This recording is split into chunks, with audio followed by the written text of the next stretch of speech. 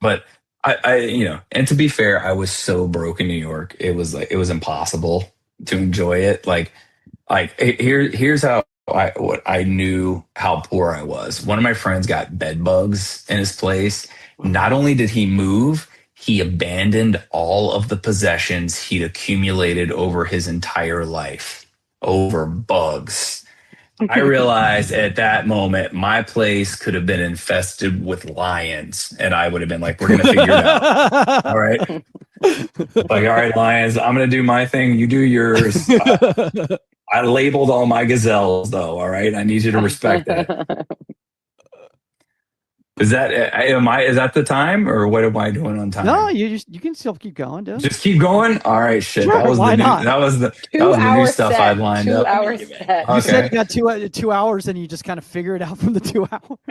Let's do this. Let's do this then. So I get a lot of my news from the from BBC World Service because Sirius won't let me cancel my subscription. So I don't know if this happens to everyone, but like it came with my car and then I canceled it after a year, and then they just go, well, what if it's free for a year? And I'm like, okay, fine. I don't understand your business model, but let's do it. So we've been doing this dance for 5 years, and I've not paid for anything. So I every time I get in my car, it plays BBC for like 30 seconds, just and then I live my own life. But I heard this story recently. They were like, we have someone live in Ukraine, in Lviv. And they cut to this reporter, and he's like, we're here on the ground in Lviv, where the local arts district was recently bombed out by Russian forces. One of the casualties in this bombing campaign was a local improv theater. And I'm like, well, that's a weird thing to mention. Why would you bring up the improv theater?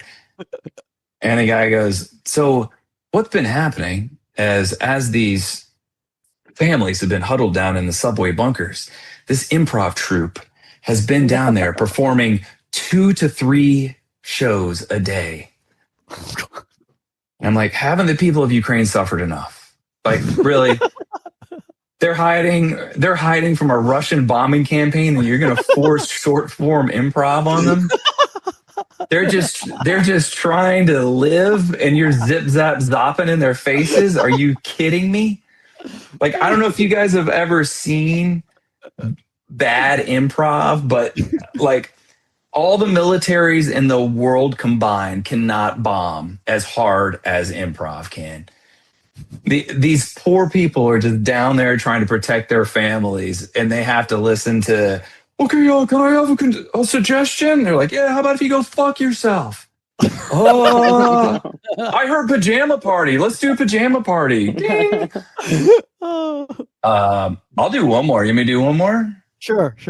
So let's see if I can remember how this was. So this is 15 years ago, something like that, maybe even more.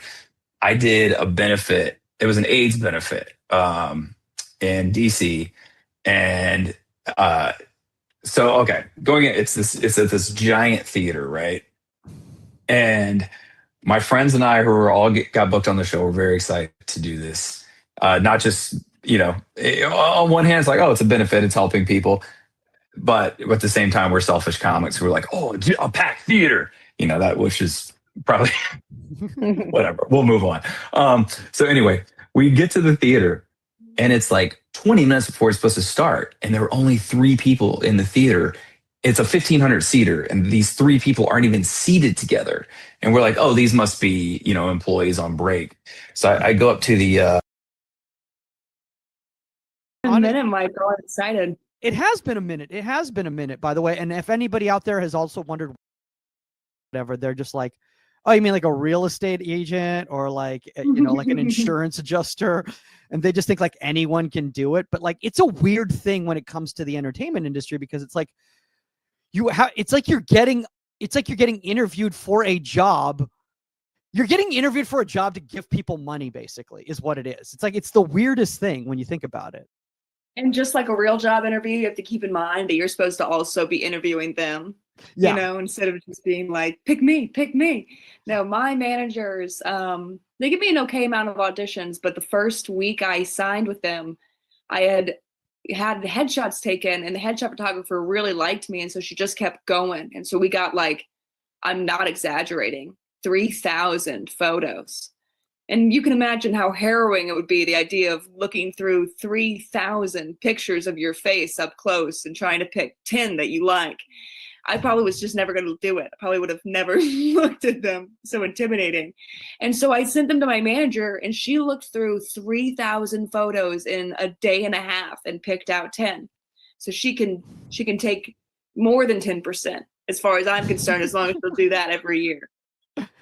I mean, look, here's the thing about that is that, like, you know, if they're going to put in the work, absolutely worth the commission. But I can't tell you how many times. And by the way, for anyone who's watching the stream on KO Com right now, at Comedy Hub, or anywhere on Instagram or Twitter or anything like that, and you're wondering, like, wow, this is really inside baseball type stuff. Now you can appreciate all the performers that you see out there, whether it's live or, you know, on YouTube or like on film and television, because there's a lot of work that goes into it, not just from them in regards to like the actual work, but like getting pictures, like doing the resume. Like, I mean, it's so funny, Kat, because it's like I would probably say that like 95% of being an artist has nothing to do with art. Maybe 99%. So much emailing involved in stand-up comedy. Much more emailing than you would possibly imagine. I mean, look, I think I will have honestly said that, like, the amount of times that I've gotten an email from somebody and it's clearly been copy and pasted, and I've heard of people like getting really upset about that. They're like, screw that person. They don't put a personal touch and blah, blah, blah. I'm like, this person's been doing this since 1 a.m. Like, I'm just going to give them the benefit of the doubt. Like, it's not that big a deal, but a lot of people, I think it's just the ego thing. And I don't know, but, you know, speaking of the travels thing, so where have you traveled recently? Have you been traveling in? I've been doing some shows in Philadelphia and New York. I went to Boston last year, done some stuff in San Diego. I go to Nashville pretty often. I'm from East Tennessee originally, so it's easy to get a flight to Nashville. The Bay Area. Right now, I'm really focused on getting my apartment cleaned up and fixed up so that I can do house swapping or maybe short-term rental, but you didn't hear it from me. Well, the entire interweb just heard that. So I said you didn't hear it from me, y'all. You know, just do me a solid on this. Oh, sorry. Is the building manager literally next door? Like, that was part of the joke, you guys. Okay. And so it's a disaster right now. So I'm also cat sitting for a friend of mine. So there's 4 cats in my place, and so it's like if anyone walked in this apartment, they would immediately call hoarders. I'm not even a hoarder. It would just be the only person they could think of to call that would handle it. And so then today, my water's shut off for maintenance, but they didn't tell me they needed to come into the apartment. I think it was a last minute thing. And so they knocked on the door, and I was like, hello. They're like, we need to come in. I was like, please, God, no. Please, no. I'd rather you shot me in the face than came into this apartment. And they were like, okay, we could come back in 10 minutes. And I was like, 10 minutes won't help. Just come in now. Just promise you won't tell anyone what you've seen today. Like, by the way, I don't know if it's the same thing with your building, but this happens to me with my building. They seem to choose, I don't know, when I'm podcasting or doing an audition or, I don't know, having a very important conversation with like a lawyer or something like that, to walk in, to have to check. Cause they're like, yeah, there's an issue with upstairs with the pipes. So we just need to make sure that everything's fine here. I'm like, well, this doesn't concern me at all, but okay, sure. Why not? Why don't you come in unannounced? That's oh man, no, you guys are bad. I've done that. I flooded my downstairs neighbor's apartment. Sorry, y'all. It's the hair. Is it the hair? Is it the hair come from the drain? No, I just took a bath and forgot I was running a bath. That's amazing. That's part of the reason I'm painting. I warped that floor. I'm not getting that deposit back. So you might as well go all in, because I'm not getting it back. Oh my God. Speaking of deposits, guys, there are ways that you can help the show out right here, guys. If you're watching on Twitch, if you're watching on YouTube, Instagram, Twitter, wherever you're watching, or if you're in the private Zoom room right now, guys, if you're wondering who's in this private Zoom room, you can come into this private Zoom room. Guys, if you're in the private Zoom room, turn off your cameras, turn on your microphones, comedians feed off your energy. We can chat with you too if you feel comfortable with it. Also tell us in the private chat where you're watching the show from, whether you're watching on the stream or in the private Zoom room. You can donate. You can do it through Venmo, PayPal, Cash App, and even Stripe, which sounds like way too advanced for my taste. But yeah, if you want to use your credit card and use that Stripe account, you can do that, and that is all in the show notes or in the comments, guys. Kat, speaking of travels and expenses, what are some of the things, like in regards to like when you've been traveling doing comedy, that you've noticed has like been some things that, I don't know, you've either had to be like kind of like cognizant of, or you were kind of, when you were on stage in the middle of it, you're like, oh wow, this does not translate here at all, whether it's international or domestic? Well, it brings up actually the first time I ever did stand-up comedy. I wanted to do it. I loved stand-ups ever since I was a kid, but I couldn't really admit to myself I wanted to do it. But the first time I ever did was in Shanghai when I was studying abroad. Wait, what? Yeah, and people always ask me if it was in English, and I'm like, I don't have balls of steel. You hear clanging when I sat down. I didn't do my first stand-up show and do it in Mandarin, so it was in English. And one thing I noticed was that the audience was like, okay, you know, like 20 people for like a little show and randomly in Shanghai in the French Quarter, not bad. But then somebody told like, a couple of different people told really sexual dick jokes and walked the very few Chinese people that we had. So by the time I got up, there was like no Chinese folks left. And so people would be like, and I remember in the beginning of that show, they'd be like, do not make jokes of the Chinese government. Do not make jokes about me telling you not to make jokes about the Chinese government. We will be shut down. I cannot find another new venue. Please, like, but I'd say just don't, be careful with depending on what your audience is. If it's going to be the audience's first time at stand up, especially first time at an English stand up show, maybe just one dick joke and then gauge how they receive it before you decide if you want to tell more or if you should tell more after the guy before you did. You know, I would say for advice. And I would also say that, like, you know, some people talk about their first time doing stand-up comedy and they're like, oh, you know, it was a coffee shop down the street and I had my people from the office come by and check it out. Or they're like, it was a talent show in high school or college. You're like, yeah, I did it like in a totalitarian regime. I never said totalitarian. Did you hear me, Chinese government? I didn't say it. You can still hire me. I didn't say that you said that. I didn't say that you said that. I was just saying in theory, let's say. If I think those people are braver than me because I did it. One thing, I made my best friend, didn't make her. She was happy to do it, even though she shouldn't have been. She listened to me practice the same 5 minutes, probably upwards of 55 times. To get ready. And then I watched them do stand-up twice, but I was too nervous to talk to any of these stand-ups. They seemed too cool. And so then I meticulously planned to do my first stand-up show on the absolute last weekend that I was in Shanghai. Because in a city of 10 million people, the risk of one of 10 people in the audience running into me later if I bombed was just too high, Michael. It was too high of a risk. That's a 1 in a million chance. I could run into them anywhere.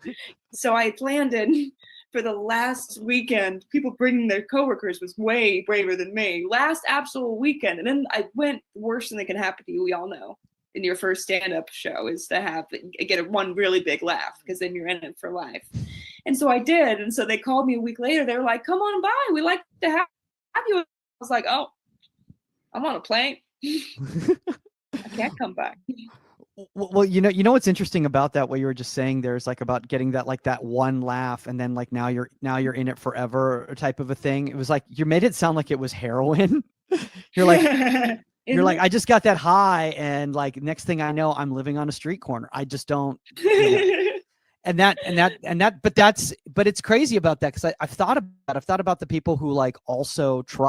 Or living in a van down by the river. Yeah, tried stand-up comedy and it didn't go well that first set. Like how their lives must have been be so different now. You know, it's like, well, you know, I just bought my third home, and yeah, everything's going well with the wife at home, and yeah, my stocks portfolio is looking really solid.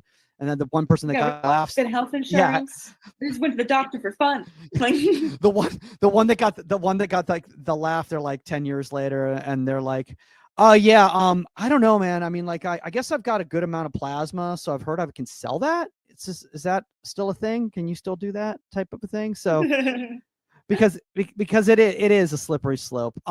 So obviously I've heard that there's a very big English speaking comedy community when it comes to Asia. And does that make it like, for instance, like I know a lot of the times when we were doing like HI Santa Monica, there would be, you know, a hodgepodge of different groups of people at the shows. And a lot of times there would be like one or two people from an Asian country in there that would be a little bit lost.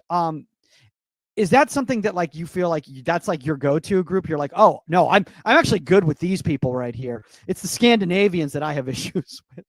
I did have issues with the Scandinavians when I did your show.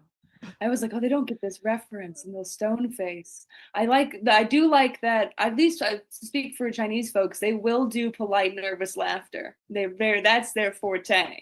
They will not stone face you. They will do polite, nervous laughter. I don't know. That's tricky. I probably would, if in that hostile situation, I probably would try to bring up like a couple of stories I have. Like right after I did my first show, my dad came to visit me in Shanghai, and we toured around China together. And everywhere that we went, people wanted to know if he was my dad or my sugar daddy. Oh, really? And so, yes, they did, but they did it in a very polite way. Where they couldn't tell if it was my dad with me or my boyfriend, even though he's much, much, much older. And so they would go, "He is your what?" And one time in a restaurant, I said, "Oh, it's my dad," and she went, "Oh," and then turned to the kitchen and yelled, "It's her dad!" in Chinese. But one person was the smartest. Most people they asked halfway through the meal or they asked toward the beginning, but this one saleswoman, she waited until the money was physically in her hand. And then the second it was in her hand, she was like, "So he's your what?" Wow. That's unreal. I mean, you know, the thing is that like that's not also not uncommon in Southern California either. Exactly. Where is this? LA? Yeah, like, exactly. What do you think's going on here? Oh my gosh. I was actually, they treated me a lot better once they figured out he was actually my father. Well, you know, I mean, the thing is that nowadays they're doing wonderful things when it comes to, you know, to cosmetic surgery. For all you know, you could be 65. I don't know, you know. But you're like, what Zoom filter's on right now? I'm a little confused on what's taking place right here. So Kat, I want to ask you about this though, because like you did do the show at HI Santa Monica. What were some of like your favorite experiences that you had performing for like a multitude of different countries at the same time? Well, it's nice to make people from all different countries laugh, even if sometimes you do realize too late that your Civil War joke probably isn't going to go over for this crowd as well as you hope. Or they'll be like, wait, that's not how I remember the Civil War. The Civil War took place in like, and you're like, that's a different Civil War. That's not. No, that's Slovenia's Civil War. That's my apologies. I should have been more specific, and I apologize for that. That's how American centric we are though. Sometimes it's like, we'll just bring up things like, you know, like the Civil War, and we'll just like, they're like some, you know, people from other countries will be like, oh yeah, that was a difficult decision. My parents had to flee and everything like that. And I'm like, I should have said the American Civil War, because they're not on the same page as. I do love that every single country in the world puts themselves in the middle of the map when they make a map. That's my favorite. Wait, is that true? Is that true? Yeah, every country puts themselves in the middle. I didn't know that. China's map, China's in the middle. America's map, America's in the center. Center, I should say. They put themselves front and center. Okay. I think Australia even has their own map with their front and center. You know, actually, speaking of that, in regards to like how well when I've traveled overseas, and also when I've just been doing the I did shows. comedy in Australia. I forgot about that. So sorry. Go on. No, that's okay. Please, please plug that in. No, I would. Okay. No. Go. I was like, I know there's another place I'm forgetting. I was racking my brain.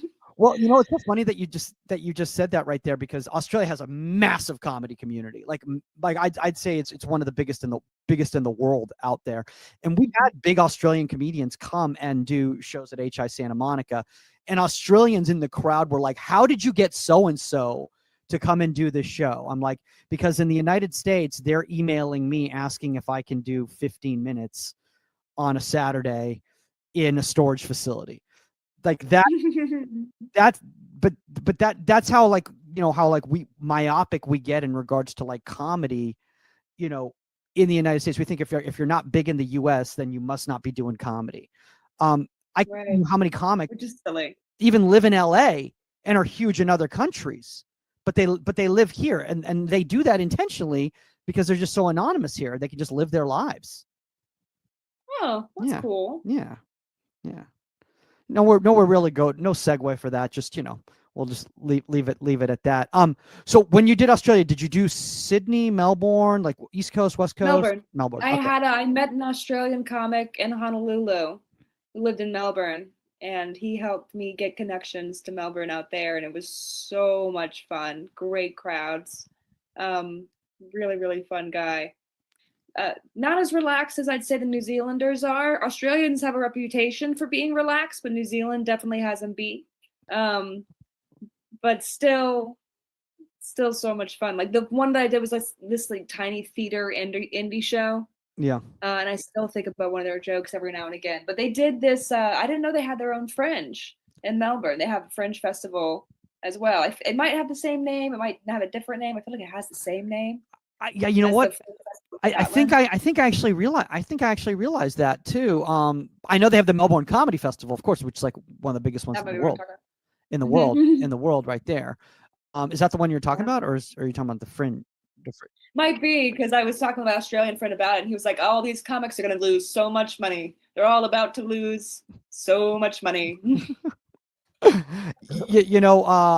think that also when it comes to like traveling internationally, and I want to give this advice to any of the comedians who might be watching this or listening to the podcast later on, is that like be prepared to take a loss if you're going to travel overseas to do comedy at first. Just think of it as like the experience type of a thing, and like if you break even, it's fantastic, but you're going to need to, like, I have a friend of mine, like he goes to Asia all the time to do stand-up now. And now it's profitable for him because he's developed a little bit of a following there, and he's been consistent on getting the gigs and stuff like that. But he was willing to take that loss at first to go out there so that he could, experience it and get his name out there. And then when he was requested back, it's a whole different story. I guess nowadays it's different with social media, though. You could probably already have a following before you even get over there. Maybe you should become the Mandarin comic now. I don't know. Yeah, I'd love to do some films. They have some great filmmakers over in China right now, like Zhang Yimou, and some fantastic comedians. I don't know. That's a good point, what you were saying. I'm not sure. I think there's still something to be said for people like in-person comedy. It's nice to follow people on social media. You can get a following that way. But when somebody sees you in person, and this is maybe not the best thing to say on a social media thing. Yeah. I feel like you hold a special place in their heart. Like I've been to so many shows. I think even one of them was your show. Yeah. Where something has come up to me in the audience afterward and told me that, you know what, I was really impressed. Like one time at your show, somebody said that they had come over to Santa Monica just to clear out their mother's apartment after she had passed away. And then like didn't want to stay in the apartment. So was just staying in the hostel while they were there, and wandered into the comedy show and was like, oh my gosh, it was exactly what I needed. I didn't even know this was going on, but this is exactly what I needed tonight. Yeah. Yeah. And I think the thing is that like, we never sometimes know that. We never, and it's funny because sometimes in regards to like with the hostel, HI Santa Monica, some of the stories from the people in the crowd sometimes are more interesting than what's going on stage. And I think that it's like it's like massively important to understand that, like, I think a lot of times comedians, we start thinking that this is it's for us, but it's really for them. And you have to be cognizant of that and be like, okay, how can I make this experience entertaining and engaging for this person? Yes, maybe there's things I want to say, but you want them to leave and being like, you know what, I had a good time. I want to experience this again. Maybe it's not even with you, but it's with other comedians, and just keep, spreading the art, really, if that makes sense. It does. Makes perfect sense. Yeah. I wanted to ask you, like, what was one of the craziest experiences you had traveling overseas? And please, I don't want to get you involved in trouble with the Chinese government. So don't, when I was 13, my father and I went on a trip to Great Britain. There's some incredible, speaking of like British comics who don't have a huge following in the US, Dylan Moran is still one of my all-time favorites. But we went on this trip, and one weird thing was that my first impression of, we didn't get a hotel our first night in London. We just wandered around the streets of London, which was very safe because there was police officers everywhere. Yeah. And so we got to see the entire city go from like the club goers at 2 a.m. to the early morning joggers at 6 a.m. because we just wandered around all night. Yeah. But after that, my first impression of London during the day was Hare Krishnas, because we happened to arrive on the day of the Hare Krishna parade. So just thousands and thousands of Hare Krishnas. But what was really weird was every single time we would go to get on a train, there was always a big to-do where they would like look at our tickets and then look at us and then look at our tickets and then look at us and then be like agitatedly on their computer and then agitatedly on their computer some more and then looking at us and then calling somebody and then agitate on their computer. And it was only us that this was happening for. So we were like, what's going on? How is this happening for us with every single time we get on a train? We got on a lot of trains. And eventually we figured out, they told us that in England, there was no way for them to put in their system that it was a father and a daughter traveling together. Their system only recognized that you were trying to put a man and an underage girl together. What? And it wouldn't allow you to do that. And so to get around it, they had to lie and say that I was a boy, because my dad didn't want me in a room with a strange woman. He didn't know. Oh my God. The only way to do it, a father and a son could stay together and a mother and a daughter could stay together, but there was no way in their system for them to put that it's a father and a underage daughter. Like their system was like pedophile alert, I guess. And so I don't know what's going on with England in the state of their father-daughter, bonding time, but it's not looking good based on that. So basically, if you talk to like any English man like over the age of 40 who has a daughter under the age of 18, he's like, it's not my fault. I'm not a deadbeat father. I'm just trying to be a law-abiding citizen here. I don't know what to tell you. I would love to have her come see me and stuff and travel, but wouldn't you know it, just can't do it. That's crazy. I think one of the things that I think about with that is that it's these, sometimes a lot of times it's like little cultural differences that kind of, I don't know. Sometimes like I feel like as Americans, like we post judgment based on like our point of view on others and go, that's because whether what's right, what's wrong type of thing. I mean, I don't want to get sociopolitical here or anything like that, but I think that's also something that we take in mind in regards to like doing stand up in other countries or for people from different places. So like everyone's going to have things that are quote unquote, wrong or right based on, on their culture. True, exactly. And I actually tell people to give America more slack because they're always like, why is America so weird? I'm like, because we're by ourselves in the middle of the ocean with just one neighbor we don't speak the language of and one neighbor we don't really talk to because they're kind of lame.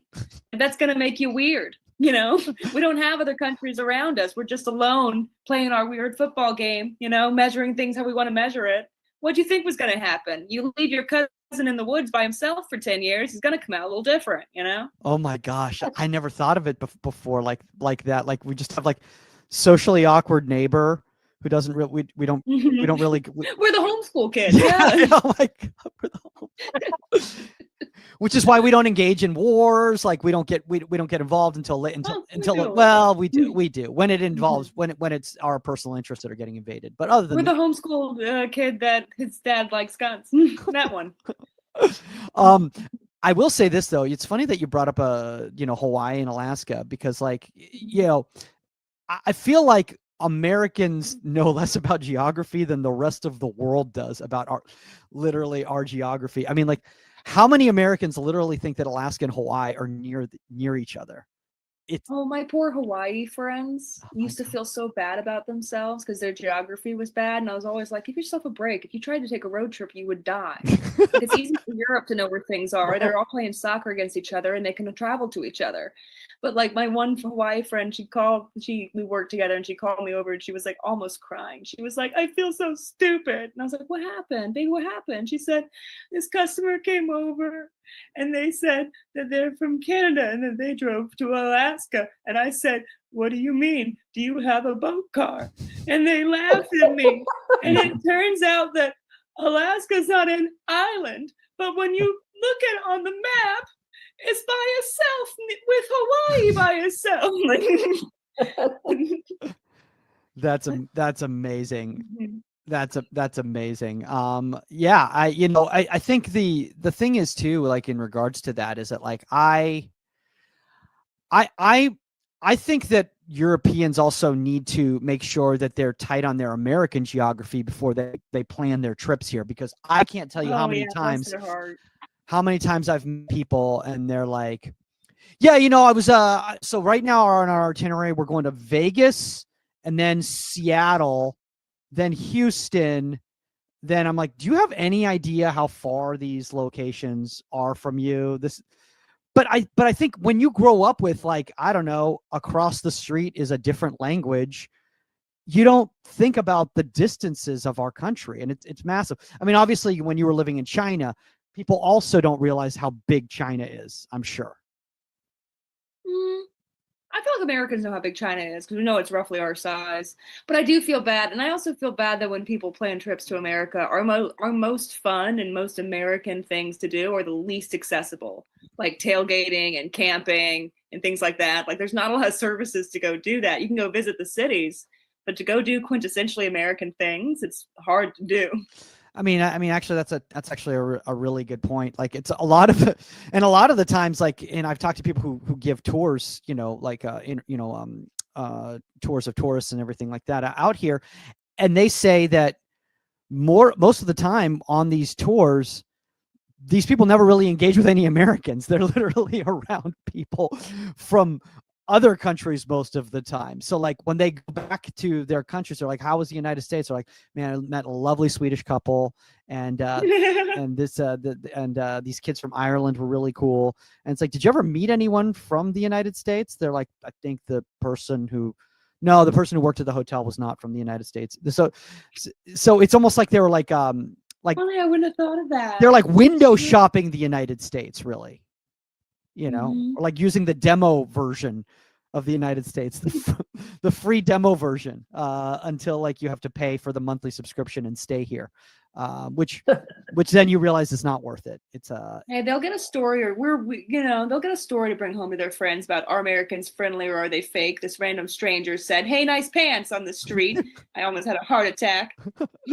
That's very true. Well, speaking of heart attacks, hopefully no one's had a heart attack already listening us talk about international travel and international comedy. Kat, I'm going to give you the opportunity right now. It's totally your call. If there's some things that you want to work out with me, you can do that right now, and then we can break it down some of these bits, and then we'll kind of wrap everything up. But you down with that? Yes, totally. All right, awesome, guys. Your comedian coming to the online stage right now. Anything you want to plug right now, by the way, Kat?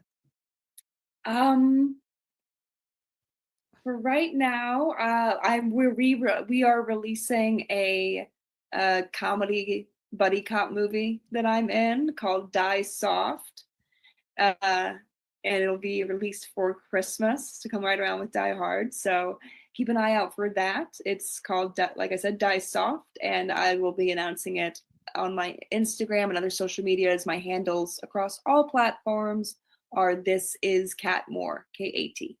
Awesome, guys. So make sure that you check out Die Soft when it comes out this holiday season. But until then, the one and only Kat Moore, everybody! Kat! Woo! Thank you. All right. Oh, this is exciting. I get to have something broken down with by Michael. Okay. All right. Well, this is a story I've been kind of working on a little bit, off and on. It's one of those things that you don't, when you don't really realize it's a weird story when you first hear it as a kid until you grow up and hear other people's reactions to it. But there was this client that my dad had who was shot 5 times. Speaking of American stories, was he a police officer? No. He was shot 5 times by 3 women. And he would say something. He would go, I learned something after that 5th time. I'd be like, oh, was it not to meet women at the gun range anymore? Was that the lesson? Okay. I learned something after that. When a man says, shut up or I'll shoot you, you can usually talk him down. When a woman says, shut up or I'll shoot you, you should probably prepare to get shot.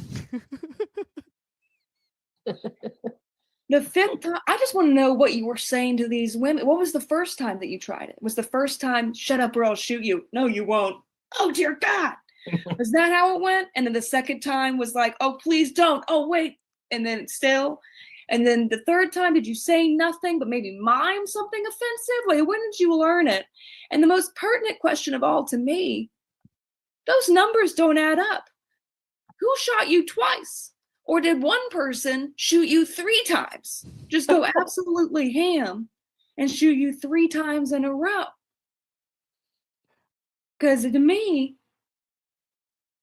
after I got shot the first time, I would probably just never talk again. So that's the rough bit of where it's at, Michael. I think the funniest thing about that whole thing is it's just in regards to like the whole contrast between like, and obviously it's been done to death before about the differences between men and women type of a thing, but like the also just the lack of men and women being able to communicate with each other, I think is really expressed in that bit as well too, because like the fact that man believes that they can talk down the other man because like they know how they're thinking, they understand their process, their thinking process, but the fact with the women that they're just going to get shot because there's no hope here because that's how I'm seeing it. To me, I need to make that joke. I need to work on that joke and make it more clear, because to me what it is that he's been threatened that before, but like with the man, they're a little bit more quick on the trigger and you can like talk them down. But with a woman, once they've gotten to the point where they've grabbed the gun, they've already made the decision to shoot. So maybe that's a direction that you could go with it too. I do need that's a good idea. That's a direction to go with it too. It's like so build that more type of a thing. Is so like, and then kind of, I don't want to say like explain, but like break down like the woman's thought process that takes them to this point. That men are more impulsive. Men are, if they've somebody pushes them, they're willing to, the first thing they do is pick up a gun. If a woman's picked up a gun like this, these are the steps that must have happened before that even took place type of a thing. I like that idea. Yeah. See, this is the issue with writing in general. Sometimes you're just so close to the wall. I know. I know. Well, you're too connected to it, and you're not seeing it from the other perspective. I think also the great thing is, talking about international comedy is that like a lot of people overseas they just assume that every American carries a gun everywhere they go. Have you been hearing those stories lately about how the Americans are, I feel like eventually someone's going to get themselves hurt, but how Americans are beating the bejesus out of pickpocketers? No. You haven't heard about that? They No. made so many funny TikToks. Well, it started with the Olympics where because people are grabbing Americans' stuff and then not even having weapons when they grab our things, which personally offends Americans because it's like you're calling me weak. Yeah. That you're going to threaten to take my things and not even threaten my life at the same time. And so one year in the Olympics, an American threw a guy down the stairs, and like one woman recently grabbed her by her ponytail and refused to let the pickpocketer go until the police arrived an hour later. Wait. And apparently it got to the point where the French had during the Olympics had to start being like, don't target the Americans for pickpocketing. Don't, I guess because they're, with their health system, it was too much weight on. They're like, target other countries. Do not target the Americans for pickpocketing. Like, that is insane. It's so. Well, why would you? Why would you see an American flag and you make all these jokes about how we're violent and then be like, let's steal from that person? No, you're not right. You wouldn't. But I think also it's also just like everything is sensationalized, in regards to, and you only know what you know, and you don't know what you don't know, and it's probably also instinctive, They at one point or another just sort of. Yeah, but I mean, I was talking to an Australian a few weeks back at a 1-year-old's birthday party, as you do, and they had come in from Australia for the 1-year-old's birthday party. They were related to this 1-year-old. That would be weird if they traveled all the way from Australia just for. Don't try to get on a train. Don't try to get on a train. But they were like telling me, they're like, we were so concerned about coming here because, we thought that X was going on and blah, blah, blah, because the way things were being spun over there was that like Los Angeles was on fire. Like the images they saw, they thought, and they were hearing this rhetoric of war zone and everything like that. And they were like, and so I think a lot of the times for Americans, it's the same thing in regards to overseas. It's like the rhetoric we hear and the sensationalization of different regions of the world, and we assume that it's like that everywhere and that it's like a movie and everything, and then you go there and you realize like, oh, actually no, I was actually pretty safe here and there was no issues whatsoever. I had a great time. I don't know what, but I heard on the news, I'm like, yeah, but dude, a guy just lost his face across the street on Sunset, but like that's not making the news. Like, so like things can happen anywhere. I don't know. He just misplaced his face. Yeah, he just misplaced his face. It was like he was trying to reenact the scene from Face Off with John Travolta and Nicolas Cage. Yeah, that's what he was. Okay, good. That's different. I'm glad we clarified. Actually, no. I mean, somebody did literally get shot down the street from me. At like 3 in the morning. But oh my gosh, that's such an American point of view. I was like, oh, they just got shot. I thought it was some sort of chimpanzee situation. Like when they. Oh my god! Oh my god! Like, wait, where they rip off the face? Right. Oh my god! My girlfriend, she was working on a set once, and they had a chimpanzee on there, and she said like the chimpanzee, like she held the chimpanzee's hand, and it was so weird because it felt like a human, because it feels like human hands. So it feels like you're holding a person. That, actually. Oh, you do? Do you want to run through? Do you want to run through? Yeah. I never heard it to be improved. Yeah. So I'm very brave when it comes to movies. I just have very simple, 3 rules. No clones, no robots with human feelings, and absolutely no scary monkeys. My friends will be like, well, how did you see Planet of the Apes? I didn't make it through the Planet of the Apes trailer. I literally was in the audience being like, la, la, la, la, la, la, la, why did they make this movie again? Like, no, I did not enjoy it. And so when Jordan Peele came out with his movie Us, I couldn't see it. I don't like clones. But I wanted to support him in his little scary movie venture. It's not my thing, but he's made me laugh for many years, so I'd like to support him. I consider us friends. We've never met, but we're friends as far as I'm concerned. And so when Nope came out, I was like, all right, I'll make up for it. And I did what I always do when a movie comes out. I Googled the movie. I read the synopsis, no monkeys. I watched trailer 1 and trailer 2, no monkeys. Good to go. Went to the theater, scariest monkey scene in cinematic history. Yeah, in this alien movie. And that's not, you need to tell me what kind of a movie I'm in. And so now, as far as I'm concerned, Jordan Peele is now my mortal enemy.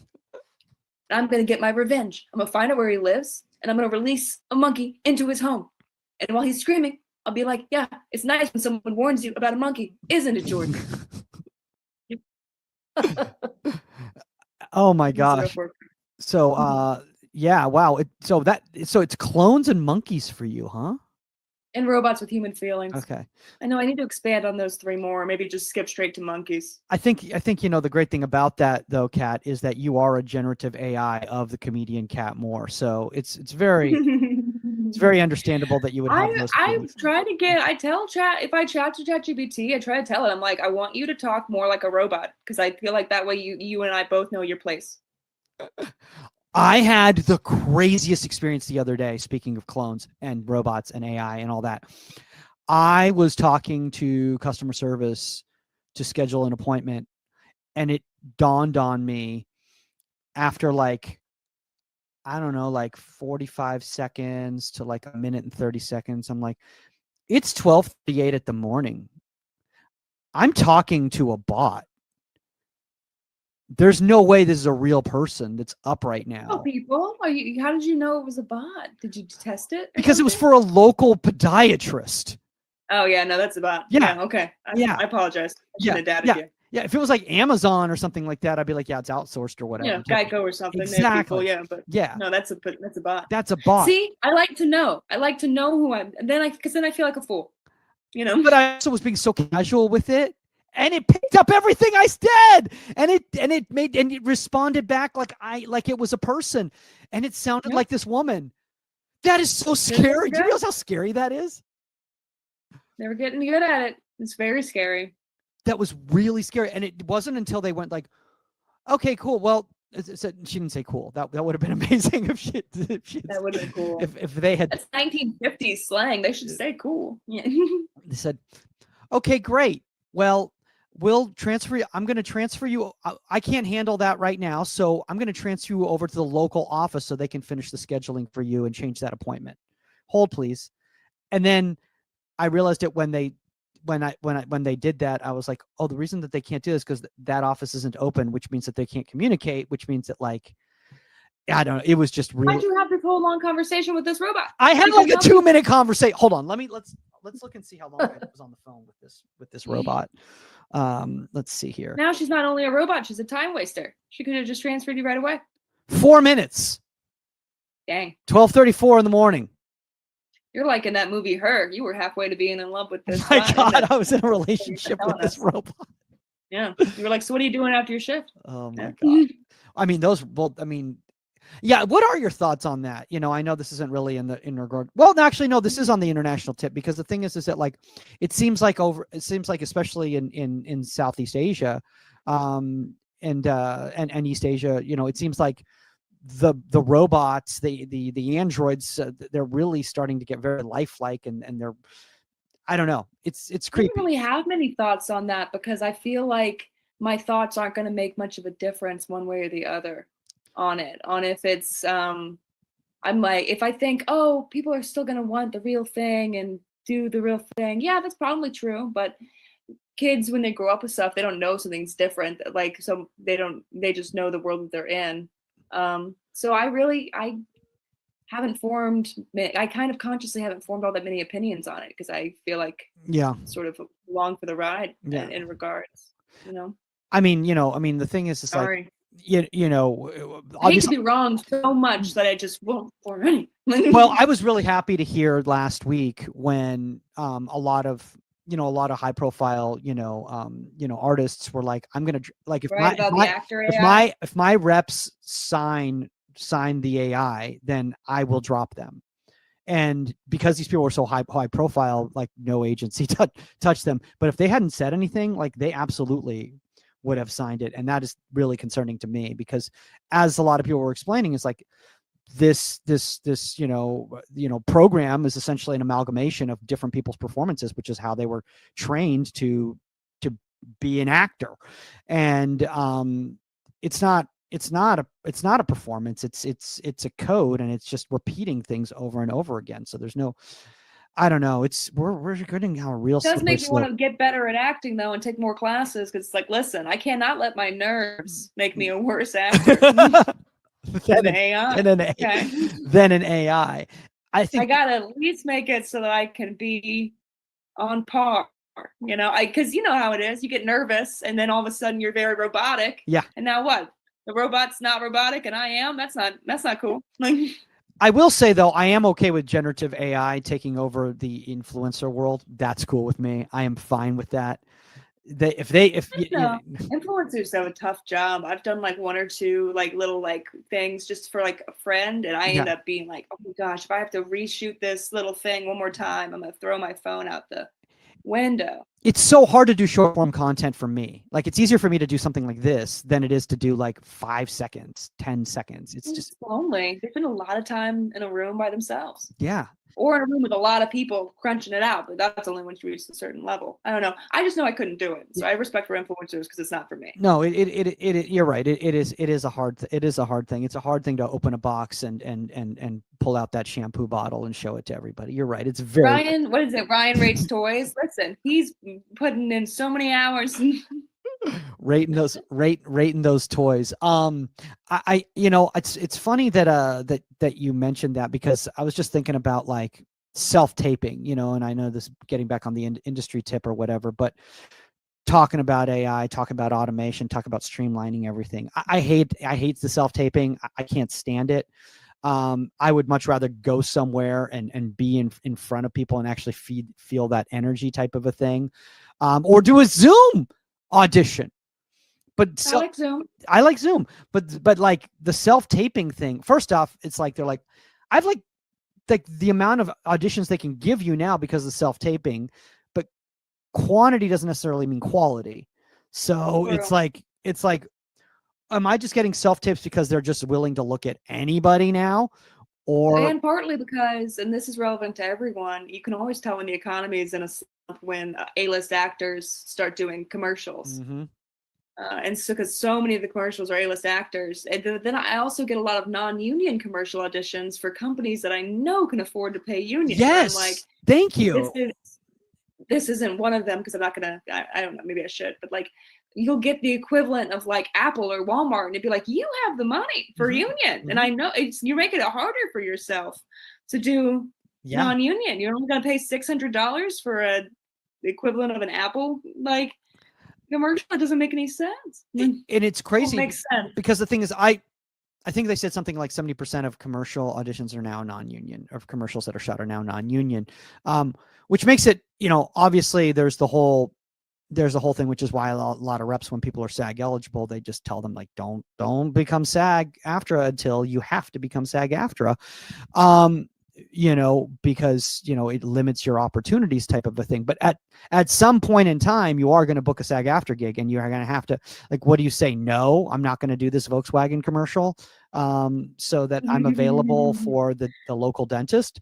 But that being said, the local dentist, there needs to be a market for them, non-union, so that they can be able to do the content that they require for their own marketing based on their budget. But like, there's no reason that Microsoft or, Chevrolet or, Uber or DoorDash or any of these big companies, like any name brand needs to do non-union, because you can afford it. And if anything, I think that's just like such a slap in the face, to the talent, to being like, we don't value you enough that to make this a union project and pay you what you deserve for this gig.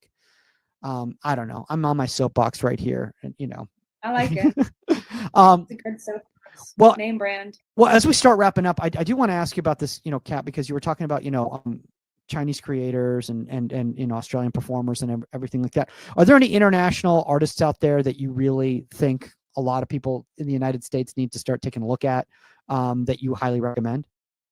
Oh, I'm obsessed with Zhang Yimou, the film director. He makes beautiful, beautiful work. That's Zhang, Zhang, and then separate word Yimou. Watched him in my Chinese film studies class. He's beautiful. So That'd be the one. that Him would, and Dylan Moran. and Dylan If Moran. you want to watch a comedian because you're listening to a comedy podcast, that might be more your style. Yeah. Dylan Moran, even his older stuff, his newer stuff, he's so funny. He was part of this show, Black Books, which is one of those shows that is not meant to be binged, but I sure tried anyway. Like he figures out that he can delay putting his taxes in if he's in serious physical like stress, and so he goes out and is like, which one of you bitches wants to dance, to try and get people to beat the crap out of him. So it's the kind of show you're tempted to binge it, but just like I had a boyfriend that binge watched all of Frasier, and like I was like, it's not meant for that, and he still did it. And after 3 weeks of like 5-10 episodes a day, he was like, a lot of time if they just communicated, solve the issue. And I was like, you don't say. It only took 5 seasons for you to notice a recurring theme. Like that's amazing. That's amazing. Also, I mean, like there was no such thing as binging back then. So exactly. like they didn't even think about generating content like in that regard. I mean, like now, they were like, maybe a couple people get the DVDs, but they won't mind. Like yeah, exactly. What are your thoughts on I know obviously in China they're very popular. What the vertical shorts? Oh, it's so tricky because like I did see one that was produced in China, one about an emperor in disguise as an impoverished person who ends up like this girl gets married to him through like an arranged marriage type deal, but she thinks he actually is impoverished. And I was on the edge of my seat. I was like, when's she gonna find out? What's her family gonna do? Like I had to leave TikTok and look up the website to find when the next episode was.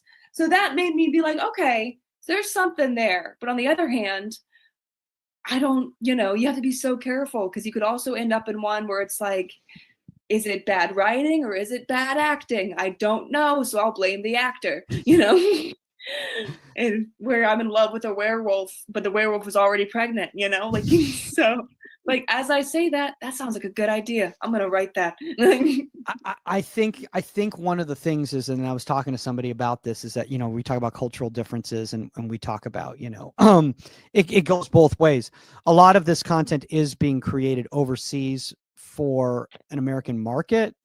And a lot of the times they're using their, but I think produced here. I have a friend that does them, that gets auditions for them and acts in them. Yeah, but all the writers and the producers and directors are all from overseas.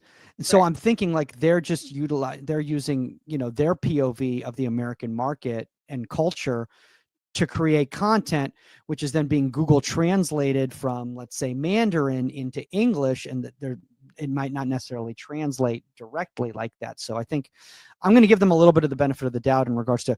Yeah, I don't know. Yeah, I know that it depends because I know that a lot of there's also like sometimes people back in China want to watch things with Americans in it. So I think that's also part of the reason it's produced in America. Oh. Yeah. What was the other thing I was going to say? It's something relevant. So it's not made for the American market. It's made for the overseas market. Partly. Oh, okay. Mm-hmm.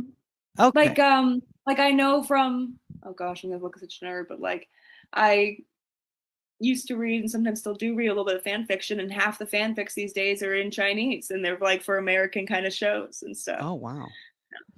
You just admitted that on the air. I won't tell you what shows are things to do though. You can't have to torture me for those. Oh my gosh. Well, Kat, thanks for joining us, and I hope you had fun breaking down some of the stuff and talking about some of these little tidbits of information from the international comedy world. If people want to find you, where is the best place for them to connect with you?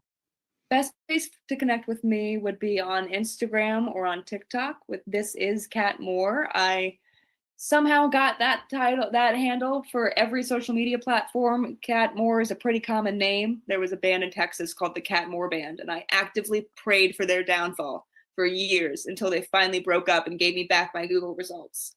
So for me, to find me, it's This Is Kat Moore, KATMOORE. Thanks so much, Michael. I had a great time. Of course. And guys, if you want to follow us at Comedy in English on all social medias, except for on Twitter/X, which is comedy, the letter N, and then English, because Comedy in English was already taken a long time ago.